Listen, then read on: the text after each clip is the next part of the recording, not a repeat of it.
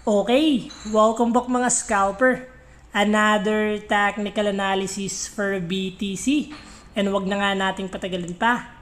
Daily time frame is nag-close ng another red candle and above average yung volume. Silipin natin yung possible scenario sa lower time frame. So kung makikita natin BTC still na-reject sa trendline resistance natin, to create another lower high, still on a downtrend momentum.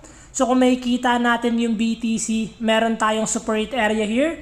So the moment na basagin ni BTC to and to create another low, possible it's only a continuation ng downtrend momentum dahil nagkakaroon tayo ng retest but below average pa yung volume.